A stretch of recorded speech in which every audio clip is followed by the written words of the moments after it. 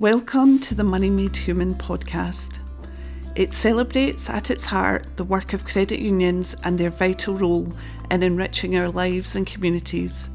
Brought to you by First Class Credit Union, each episode features insightful discussions revealing the meaningful impact that can be made through economic collaboration. Mostly, it's a collection of compassionate conversations about navigating life and the individual journeys we take. Welcome to Money Made Human, a podcast by First Class Credit Union. We are delighted today to be joined by Celtic legend Andy Walker. Andy, thank you so much for joining us. Pleasure to be here. Excited to see you. Thank you very much for inviting me. So many questions for you. Okay, fire away. I'm going to start with Celtic, because that was obviously a huge part of your career and your life. Yeah. Is it the case that once you play for a club like that, you're recognised forever for doing that?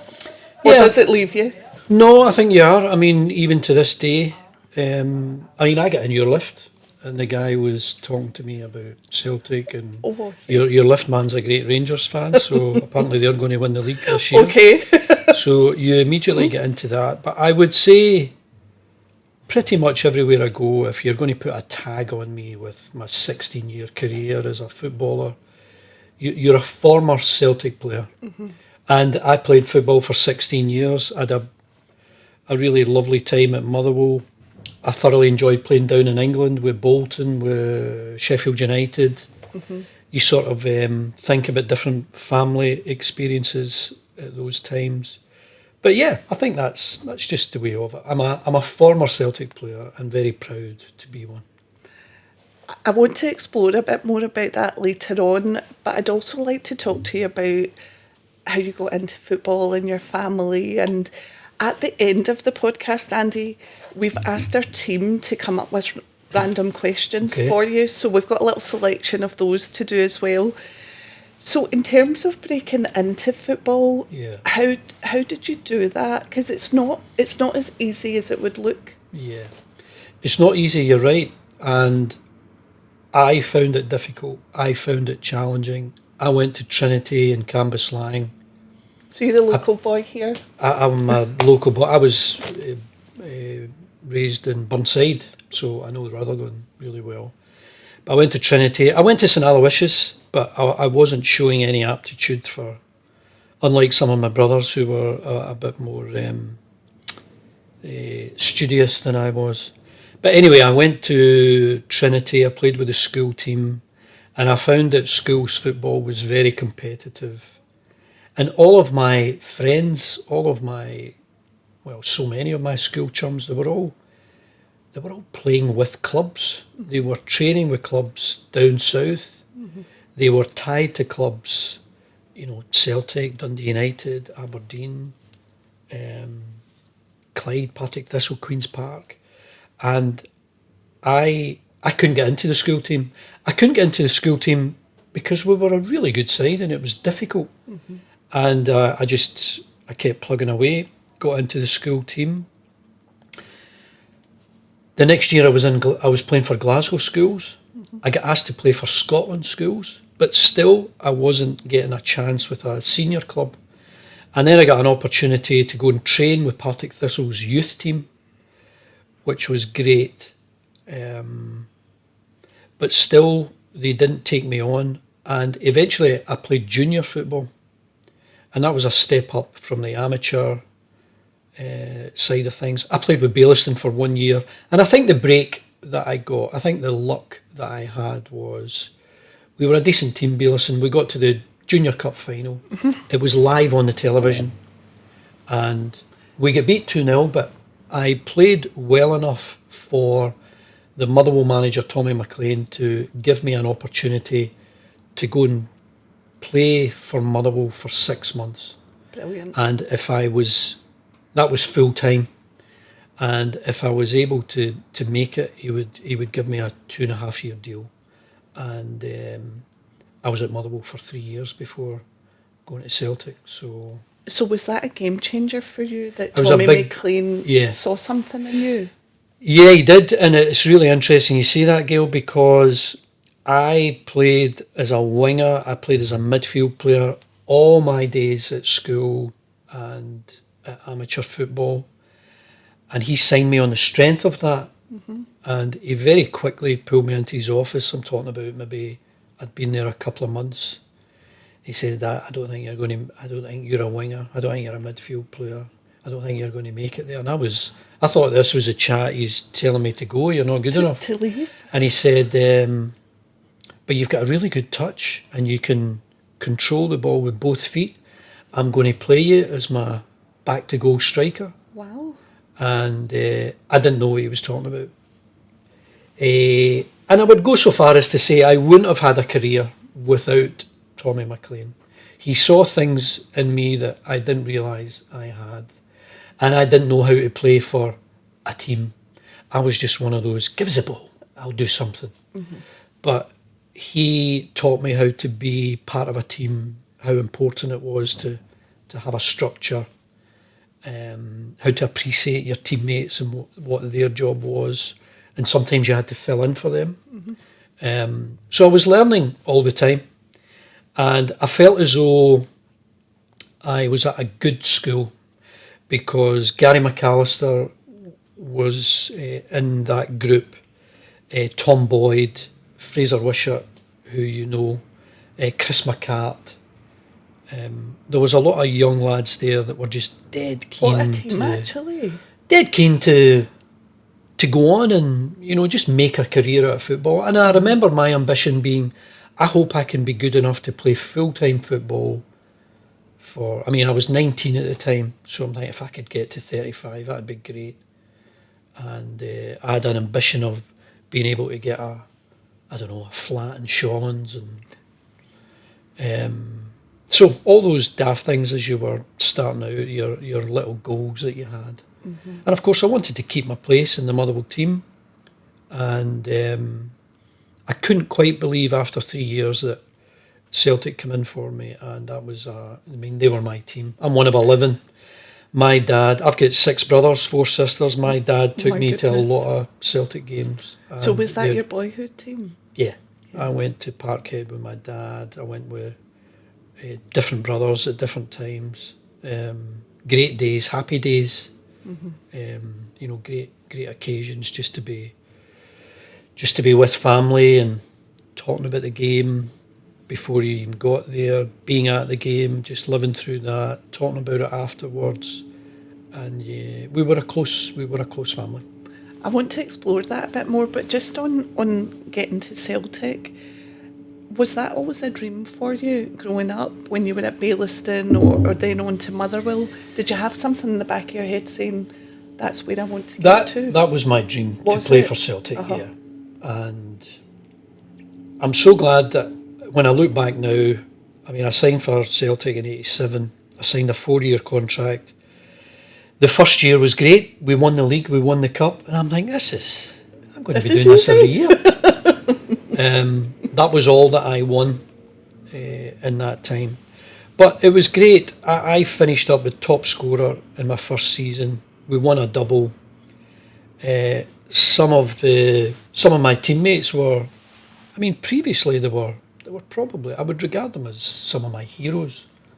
Because I used to go and watch Roy Aitken, Tommy Burns, Pat Bonner, Paul McStay. Paul McStay was my age, but he was good enough to be playing for Celtic at 17 when I think I was still playing schools football.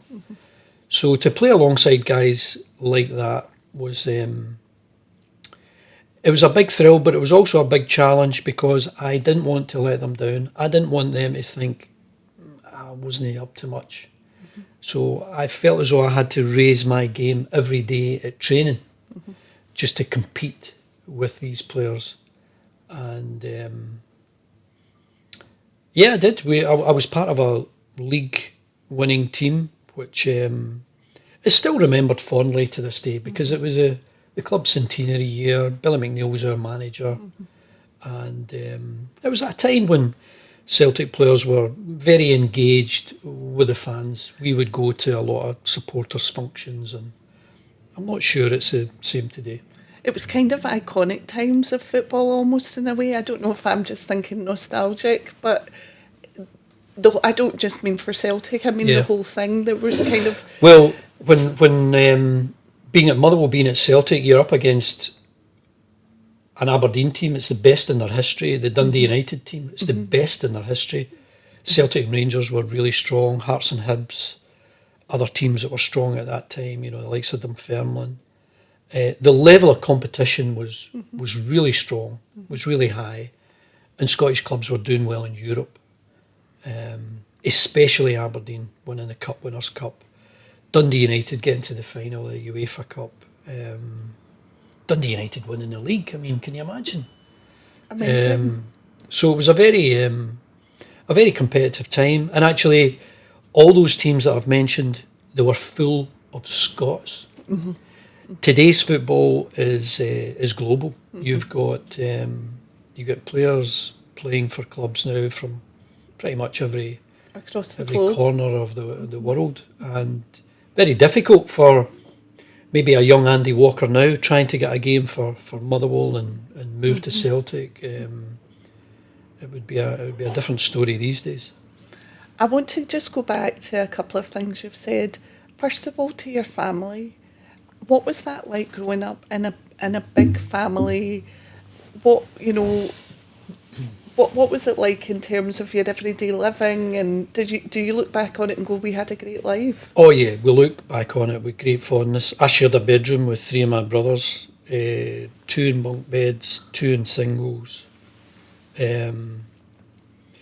I would come home from school and I'd go into the kitchen, and sometimes my mum would say, no, it's not your turn for dinner, because she would do about 2 or 3 sittings. You just shared everything. You just got on with it? You just got on with it. I mean, I can remember I've got 3 big brothers, 3 3 wee brothers. I can remember wearing their clothes after a while, because the hand-me-downs was just a thing. But it was a very warm and happy and loving time. I mean, we went on holiday every year to Weymouth. My dad had a big car, and we would all pile in, and we would drive about 8 hours to get to Dorset. There was some family in Weymouth, and you look back on that with great fondness. Just, what did you do in Weymouth? You went to the park, you went to the beach. Play football?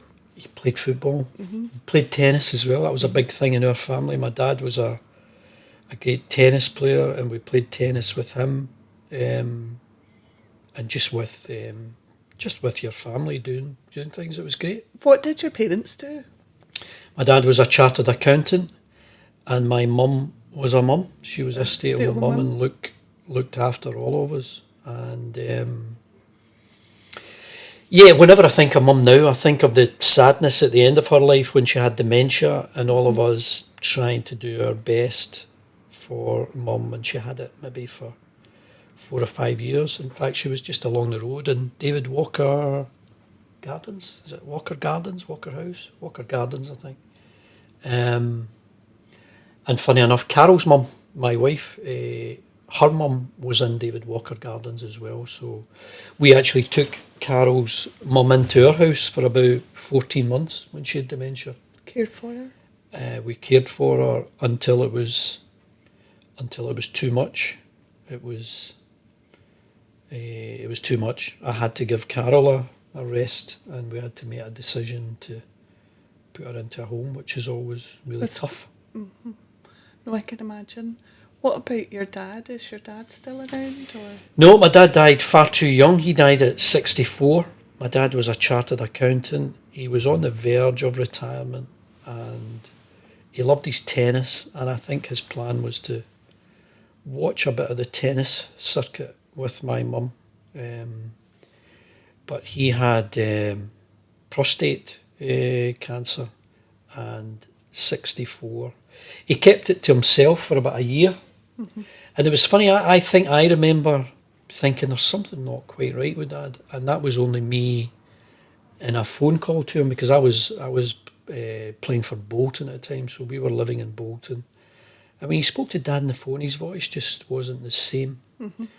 And then eventually he told us he had cancer, and you don't forget the date. He died the 4th of October 94, and he was only 64. I'm 60.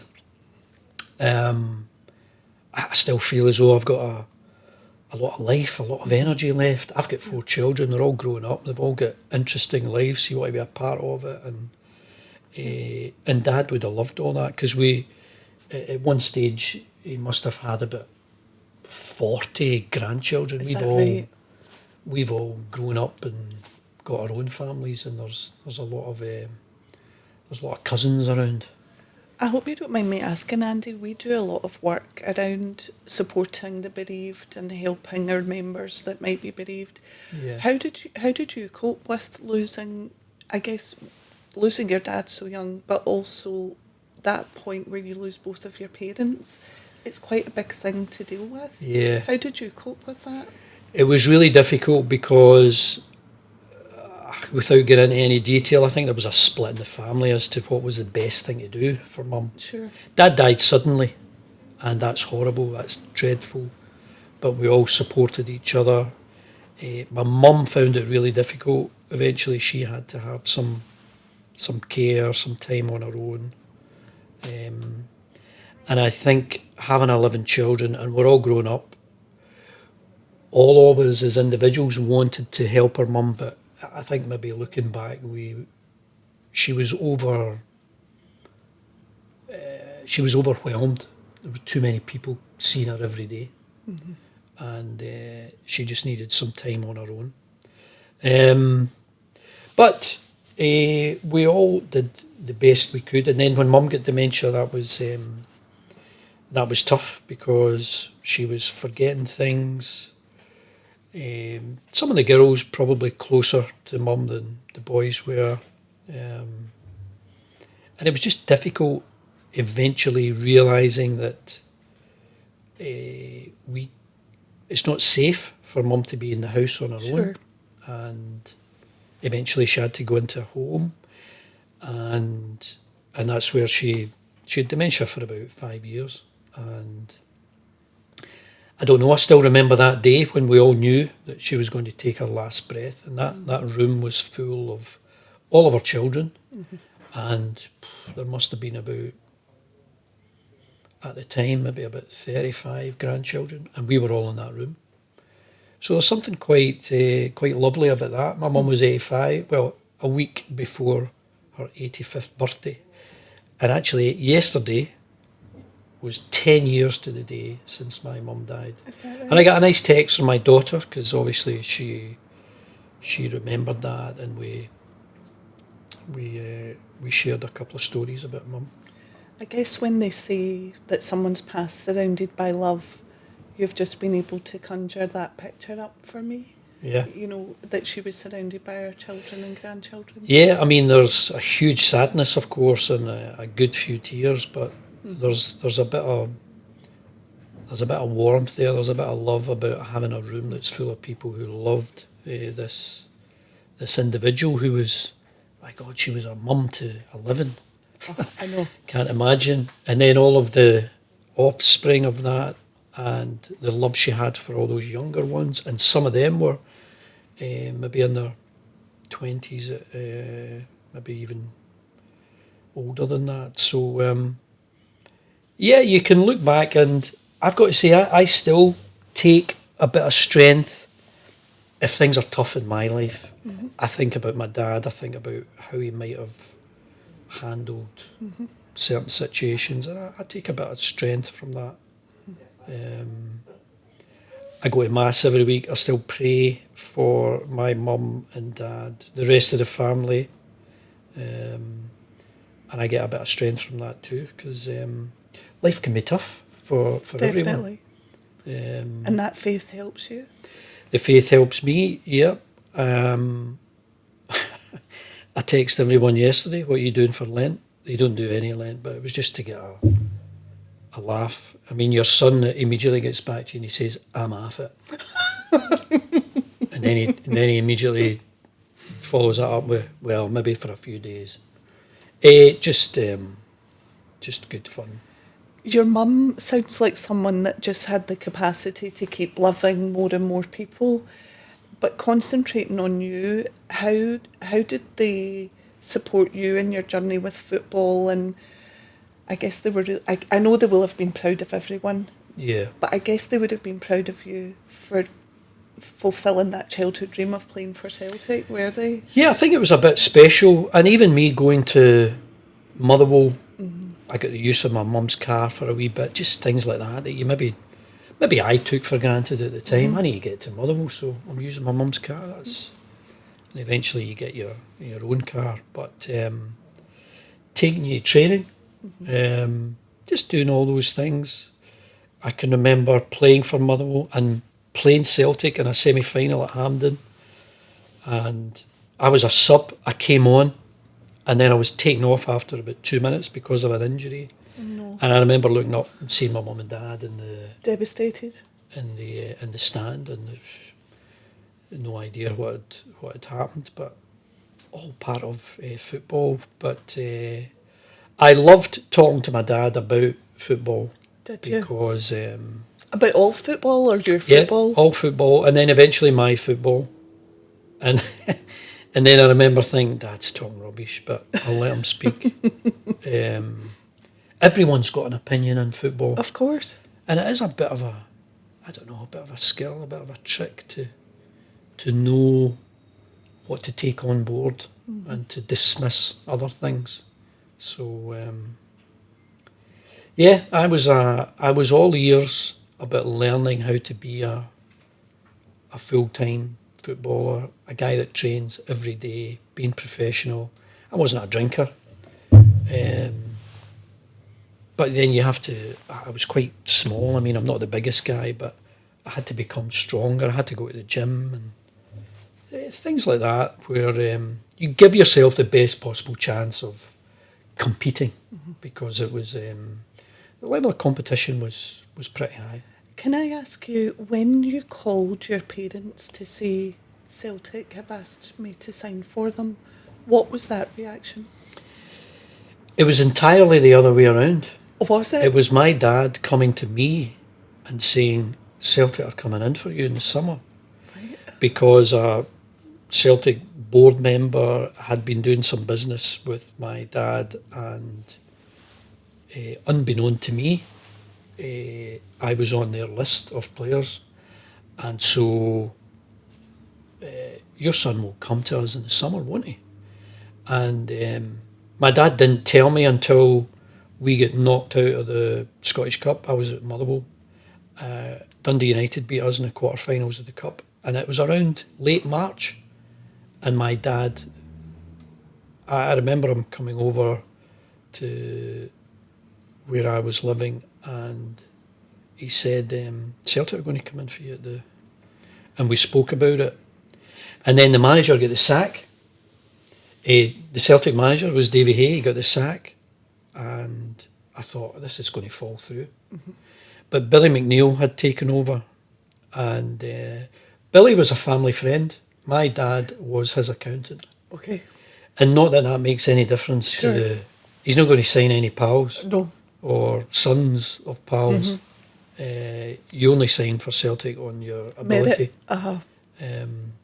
So Billy came in and just took up the scouting reports and whatever it was. And so my dad knew before me that I was going to What was your Celtic. reaction? Did you believe him? I couldn't quite believe it, and I didn't tell anyone. And I was training every day at Motherwell, and I didn't tell my brothers. I felt as though I had this huge secret, and I wouldn't have admitted it at the time, but it was in my mind all day, every day. Was it? Until the deal was done, or just... Yeah, pretty much. Got to the end of the season, and I'm thinking, right, what's happening? And then, of course, the Celtic manager gets sacked at a bit of time before someone else comes in. And then this Motherwell manager, Tommy McLean, asking me to come into the club because something was happening. And then he told me that another club were interested, it wasn't Celtic. So there was a lot of confusion. And I'm so grateful for my dad guiding me through that time, because I wouldn't have spoken to any other club, but he was insistent that I should, because it was good knowledge. What are they offering? Let's use that when we're talking to another club. I wouldn't have had that maturity. So, and I think without my dad being there, I don't think I would have been a Celtic player, because the manager told me other clubs were interested and you should go. And they were good clubs, Dundee United for one. But thankfully my dad gave me the best advice, and it worked out well. I went to the club that I'd always dreamed of playing for. And it happened for you? It happened, it was great. Before you get to Celtic, you spoke about Tommy McLean at Motherwell. And it's kind of a similar story. We spoke to Fraser Wishart, who I know you're good friends with. Yeah. And he said something similar, that he had been discovered quite late on. He didn't think he was going to make it. He was 19, but Motherwell gave him a chance. Yeah. And his career developed from there. Was it like that for you? Did you think, am I getting too old to make it? Or did you always have a belief, this is going to happen for me? Well, I always had a belief, but when you get to 19, you are quite a late developer. And I'm playing junior football at 19. I mean, there are guys playing for Celtic at 19, and I was nowhere near good enough. Mind you, the junior stage. culture was massive then, wasn't it? Very much so. Fraser played with Pollock, and in fact, if Fraser's listening to this, we pumped Pollock in the quarterfinals of the. We'll tell him. We pumped Pollock and got to that Junior Cup final where I get the chance to sign for Motherwell. So, it was. I always did hold that belief that I would make it, but when you're a late developer, you wonder if it's ever going to happen. And I'm just so grateful it was Motherwell, because Tommy McLean, I think he might divide opinion with some players. I know that he does, but I'm very grateful to him for what he taught me. Does he remain someone in your affection now? You know, do you look back, affection might not be the right word, but do you look back and think gratitude that I'm very grateful to him. Do you know what I wish he'd given me? I wish he'd given me a wee bit more praise. Okay. He was always critical, and he was always right. But I wish he'd told me sometimes, Andy, you played well today. He very rarely told me I played well. But maybe that's a good thing, because I never... So did you keep striving to play well? Yeah, I did. And I listened to him, because I remember driving home. I used to take Fraser to training every day. We would drive home. Oh, but Tom McLean is saying this, saying that. And then we'd sit back, and after a few minutes, and we'd look at each other and... He's right. You know he's right, don't you? Because you'd be going through it in your mind. He's right. And it was so annoying.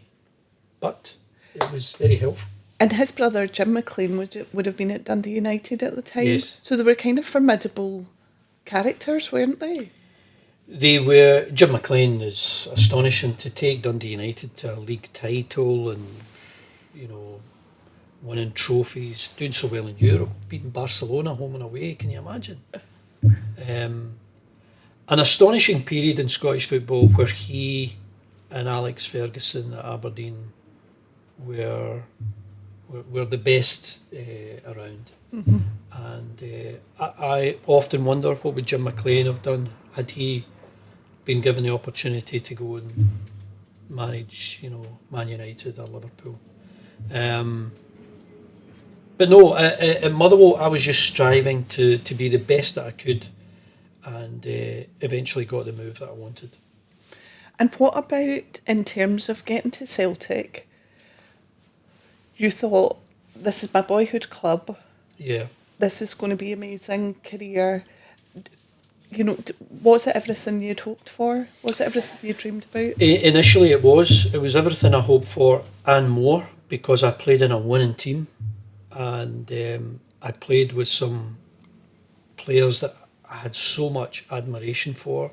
Who was your favourite Celtic player of the time? Oh, who would have been your that hero? list I gave you earlier: Roy Aitken, Tommy Burns, Paul McStay, who was my age. Couldn't believe how good he was. Pat Bonner, even Peter Grant, who's my age, and he'd played, I don't know, he must have played about 100 odd games before I'd got to Celtic. So it was just a great time, but eventually it becomes really tough if you're not winning. And I played in a really good Celtic team and we won the league. I played in a poor Celtic team where we finished 4th or 5th. That's a lot of criticism you're getting. But there's still something about, I don't know, I loved just representing Celtic every day, not just every game. And yeah, I'd love to have been one of those players that won back-to-back trebles or quadruple trebles, but my time was highs and lows. And but the things you've won, no one can ever take away from you? No, not at all. I was part of a really good side and great memories. I still get people coming up to me today and thanking me for the part I played in that team because they still remember it. There may be an older guy who was there with his young boy at the game, and just it serves as great memories. Those father-son, father-daughter moments where you go to the football together. I remember it because I went with my dad, and you just remember it with great affection, especially if your team's winning. It's a weird dynamic, though, when you think about you're paid to do that for a living, but in any one game you could have 50,000 fans praising you or being critical of you while you're doing your job. Yes. How do you cope with that? Do you take that home? Yeah, sometimes you do. And I do think you have to be strong. I mentioned earlier about everyone having an opinion. And it's important you listen to people that you respect. And I would even get home and my brothers would have an opinion. And my dad would have an opinion. My dad was always supportive. But yes, I've been involved in a warm up for a game, and there's 50,000 in the stadium, and they're booing you, and they're your own supporters because they don't want you to play. So, Andy, does that get in? Does that get into your head? Can you hear that, or you hear it? Out? You hear it, and what do? Because the manager's picked me, so I don't want to let the manager down. I don't want to let my teammates down. Who are you playing for? You're playing for yourself. You're playing for your teammates, and then I think you're playing for the club. So I had a loyalty to my manager. My managers at Celtic were Billy McNeil, Tommy Burns. I had a manager, Liam Brady, who I had very little time for because he treated me badly. So I wasn't playing for him, I was just playing for myself. But What do you mean by badly? Do you mean exclusion or? Yeah, Liam came in and I was ready to go. I'd been at Celtic for 4 years, and he came in and said, Andy, I'm not going to play you. I've got other people I'd rather be in front of you. No problem. I'm good to go. I'm ready to go. And cut a long story short, a couple of Scottish clubs come in for me, and I didn't want to go. I wanted to go down south. So he called me into his office, and of course they were offering money. Falkirk and Motherwell, they were going to spend a bit of money and want to sign me. I didn't want to go. I wanted to go down south. And when I refused to go to these clubs, he threatened to stop my wages, which was outrageous. And I spoke to the PFA. Tony Higgins at the time was very helpful. My dad was very helpful. We had a meeting with Liam Brady. But it was stressful as well. My wife was pregnant at the time. And it's not what you want to hear. No. We might not have any money at the end of this month because the manager's saying if I don't go here or here, then... And we were geared up. We had a young family. We were happy to go down south. And eventually we did. But I lost any respect I had for Liam when he behaved that way. It's an odd dynamic too, when you could have a club kind of dictating where you should go next in terms of your own life. Gayle, honestly, I could tell you some odd. horrible stories of clubs when they had a lot of control Power. over individuals, a lot of power. There's some real horror stories about certain individuals, and I think it's getting better. It definitely is better. But I didn't want to be dictated to by someone who wasn't interested in what I wanted or what might have been best for me. He just wanted me out the way. We interviewed Michael Devlin, who's the chair of the PFA Scotland, a few weeks ago. He said with football, it's difficult sometimes because your career rests on one person's opinion of you. Yeah. And that can be difficult to navigate, because you might actually be doing well or others may rate you, but someone can kind of neglect to see that. Is that tough to? Yeah, it is. Since at that time, maybe in the 80s, clubs could hold on to your registration. You couldn't go anywhere. And then, of course, you get the Bosman thing, and players can move a bit more freely, thankfully. And you might get down the line even more changes in football and the movement of players. You might get to a stage where I'm serving my notice like they do in every other walk of life. But of course, you've got this transfer system where every individual has a value. Mm-hmm. And sometimes that's all you are to a club. Mm-hmm. You're just a commodity. How much are you worth? You're just this commodity to be bought and sold. So we're business partners to PFA Scotland, and one of the things we care about is helping young footballers save and do that in a safe environment. We've heard so many horror stories of football players being exposed to scams and schemes that just don't benefit them at all. Yeah. And I wondered, you were saying there, I thought that was quite moving when you were talking about you and your wife, and you're navigating family life and worrying, will I have enough money? Am I going to get another deal? Has money, I think there's a perception that footballers are super wealthy, driving Lamborghinis. It's not the case. How do you think things are better now in terms of educating players? Yes, whether the individuals themselves listen. I think you're right to highlight the fact that some still get involved in some daft schemes. Some are easily swayed. I am so grateful to my dad, even today. I signed for Motherwell when I was earning 60 quid a week, and I felt rich. I could afford that thing that I mentioned earlier about potentially getting a flat in Shawlands. On 3 times your wages, I could maybe get a flat in Shawlands, and I was earning 60 quid a week, and the next season I was on £70. And I didn't want to do it at the time, but my dad insisted that I put 20 quid a week away in a pension. And I was 19. And Dad, I just want to go out. I want to buy nice things. I want to do this and do that. He said, no, just trust me, do this. And my goodness. And I'm so grateful that, where I get a pension payment, and I'm so grateful that Dad did that for me. Not everyone's dad is a chartered accountant. Not every player would listen to that advice. And then sometimes you could listen to... There are some dodgy accountants in the world. So I get it that life is difficult, life is challenging.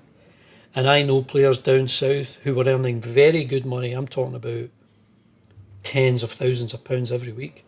And they've invested in schemes that have been proven to be useless, and they're getting chased for tax and extraordinary sums of money. So advice. The PFA give good advice. That's what I've known. And you've had that kind of legacy from your dad as well that's helped you.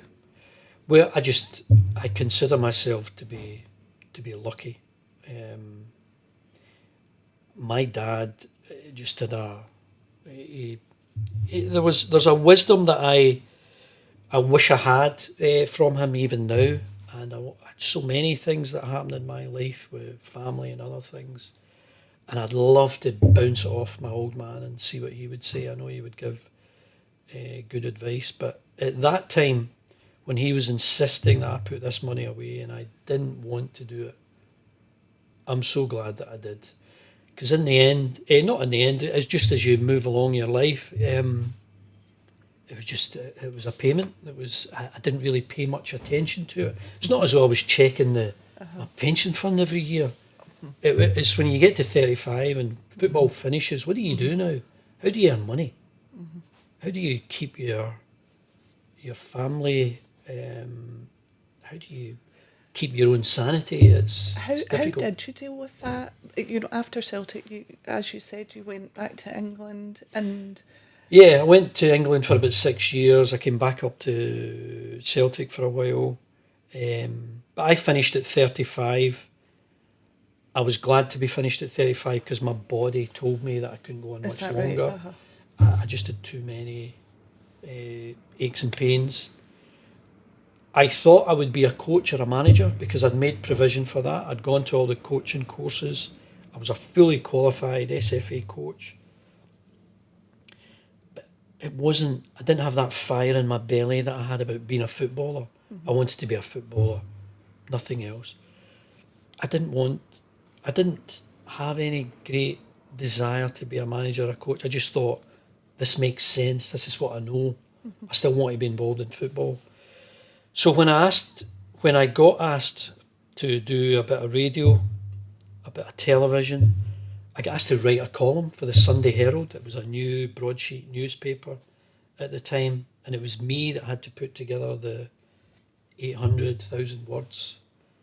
And I wasn't first choice for that. They asked Steve Archibald to do it, but he wanted to do it over the phone. They asked Jim Bett to do it, who played with Rangers in Aberdeen. He said he would do it, but he would do it over the phone. And because it was a broadsheet and it was a new paper, and then they asked me, but you need to do it yourself. And I thought, yeah, I like that. So I did that. And so writing a column, being on the radio, getting asked to be on the telly. And do you remember teletext? Of course. I used to do a thing for teletext. Oh, so did you? You got a little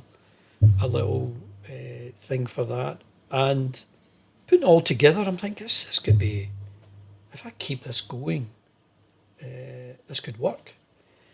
And then around 2009, so I retired in 2000, and in 2009, Sky asked me to get involved in their coverage of Scottish football and English football, which I really enjoy. Is it easier to give opinion than it is to play, or not? Excuse me, it's very difficult to give an opinion that's unfavourable about someone that you know. Sure. And you have to get over that. Well, I think you have to get over it because I listen to a lot of opinions now, and a lot of people are just, they're cheerleaders for their own club. And that's fine. If you want to listen to a cheerleader, that's fine. It wasn't my bag. And I got into a bit of trouble with Celtic, people at Celtic who called me up and let's just say gave me a row for not being a cheerleader. I wasn't interested in being a cheerleader. I think I've got enough knowledge about the game just to look at a game, take away the colour of the strip, and you're playing well, he's playing badly. How do you win this? How do you get back into the game? Just all those questions you ask yourself. How can you change the course of this game? How can you maintain this lead because you've lost, a player or whatever? So yeah, I still enjoy it to this day, and hopefully do it for a bit longer. And you travel around doing that, don't you? I do. I'm going down to Harrogate this weekend. That is League 2 in England. But even that has its pleasures. My son lives in Manchester. I'll go and see him over the weekend. But I was down in Barrow during the week. My God, it was Baltic. But I'm down in Newcastle in a couple of weeks doing a Premier League game, and always great to do games at that level. And do you enjoy So, it, yeah. Andy, in terms of just staying with the football journey? Is that a big Yes. thing from it? Well, it's just what I know. I'm comfortable, and I know I totally get it that there's a pressure in live sport. I need to call things immediately.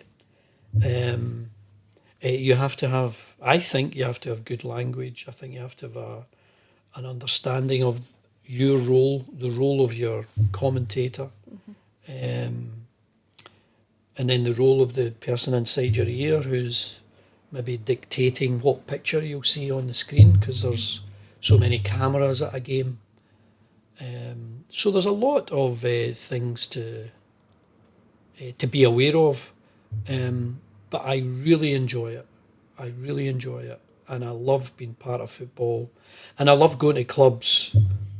And you don't get this with all clubs, believe me, but I love going to clubs. I was at Barrow the other day. Lovely people, warm. It was freezing. Yeah. Please come in On the coast. Have a coffee. Come in to sit down. Can I get you anything? Do you want something to eat? There are some clubs you go to, and oh my God, they look down their nose at you, and I've had too much of that. That's for sure. Oh, Andy, I've really enjoyed speaking to you, and I've loved learning about your parents, especially, and what they've given to you. Very kind. We still talk about them all the time, so that's a good thing. What was their names? My dad was Frank. I've got a brother, Frank, and my mum was Norma, and I've got a sister, Norma, and I'm very close to. I love that. To both of them. They're twins, Frank and Norma. So my mum had 2 sets of twins and 11 children. I mean, we thought it was hard having 4. Yeah. 4 and 6 years. And I look at my son now, who's got a 2.5-year-old, 10-month-old, and he's due again in July. So they're going to have a They're busy reliving house. that story. So we've been in that movie, yeah. So before we finish, Andy, I've got some questions from our team. Okay. Now, I haven't seen them, so let's see what the team have to say. Okay. Oh, this is a big football one for you, first of all. If you could do a VAR review of one moment from your playing career, not to change it, but to prove you were right, what would it be and why? VAR is an interesting concept that we talk about now. It was meant to make things easier, but it's actually making things more difficult. I remember playing at Ibrox, and honestly, it was a penalty. Was it? But maybe I had a reputation of going down too easily, and I didn't get it. And would the Rangers fans say that? If they see the VAR, and it was in at the Celtic end, so it would have been, and I was on penalties. Okay. So I would have taken it. Okay. But yes, you do think of some moments that you wish you had done things differently, but I mean that's just natural. But no, I'm not sure there's a huge one. Just that one sticks in my mind. Okay. Because it's I mean, a Celtic Rangers game, the game that you grew up where there was so much tension. Does that stay with you forever? Oh, that's a magnificent fixture, and it's a great pity that both clubs seem to want to, play down. I know there's a very ugly side to it with some offensive singing, but that is the best fixture I played in. I'm talking about the tension, the atmosphere, the absolute joy of winning one of those games, scoring in one of those games, and the horrible feeling when you lose. But still, globally, it's still a thing. It's still a major sporting event, isn't it? We could make it better if we put in more away supporters, but hey, that's just me. And I'm telling you, if you left it up to former players, you would have a sizable away support every time, because it helps. The atmosphere. It helps the atmosphere, and it helps them play. You like an edge. All those 10,000 there don't like me. That's fine. You can thrive off that. Here's what I can do. Yeah. Okay, this is a great question. I love this one. If you could give your younger self some advice, knowing what you know now, what would you say? I'd be putting more into that pitch. What into the pension? I've made some daft decisions in my life. No, I can't share them. They're too personal. Okay, fine. Would you advise young footballers to save with a credit union as an example and to be more careful with money? And should they have financial safeguarding in place? It's something my wife and I talk about with, obviously your children go to school. Honestly, I think we're missing a trick at school. I think you should learn how to spend money, save money, use money. We agree. Debt is not a bad thing. Debt can be a good thing. Debt can help you. Regular payments can. You should be taught this at school. Agreed. And I think we're missing a real trick there, because we've got boys and girls who've got so much drive and ambition and energy. And why are they learning about things when they're away from school about how to deal with money? Credit cards, your credit history, your credit score, the good and the bad of it, the effect that it can have on you, your whole family. It's really important. It's really important, and money makes the world go round. Of course it does, but having more knowledge, more understanding of what money can do for you and how to use it, I think it's kind of essential now, essential. isn't it? What is the biggest change you've noticed in Scottish football and how young players deal with their success and achieving success early on? Do you think there has been a change? Yeah, well, I don't know how you handle social media now. I'm looking at my grandchildren. Social media. Do you do social media, Andy? Oh, you won't find any social media footprint for me. I've never had any Facebook, Twitter. I mean, I'm aware of what goes on, and I can get the news at the press of a button on my phone like everyone else, but I don't take pictures, I don't comment on anything. And I think it is interesting how footballers will go in after a game, and once they've spoken to their teammates and their manager, the first thing they do is they put on their phone. I don't know why you do that. And absorb all of that critique, potentially. I'm sure you might write Andy, you played really well today. But there's a million other people, and they shout and swear and abuse you, and you're looking at it on your phone. I think as a footballer, you get enough criticism I played for Celtic, so you get a lot of criticism wherever you go. You get a lot of adulation. But I can't imagine what it's like to look at your phone every day and see and read all this criticism. I mean, I went through a phase where I was getting criticised a lot just because you're on telly, you're a former player, you're talking rubbish, your opinion is worthless. I don't want to. I don't care about the guy who thinks I've done a good job as much as I don't care about the guy who thinks I'm an absolute bandit.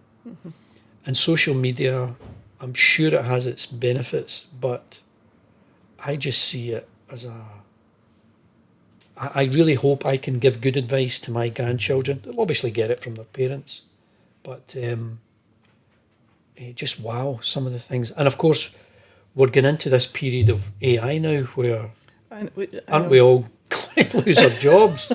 I mean, for goodness sake, you'll have a robot doing the type of job that I did and talking all all the nonsense of the day instead of me. We're kind of going against the trend because we're suggesting money should be made human. You know, we're all for humans here. Yeah. 2 last questions then. One is, how do you adjust to being that Celtic star on the field to being Andy Walker? Now, I appreciate there's TV and radio and so on, but how do you adjust to being... Do you ever adjust to that? I think I've always had a good grounding, Gayle. My love has come from my siblings, 10 of them, my mum and dad. I'm very lucky. I've got the love of a good woman. I've got 4 children. I have a great relationship with them. I'm now a grandparent, which is a wonderful experience. That's all I need. And I've got good friends.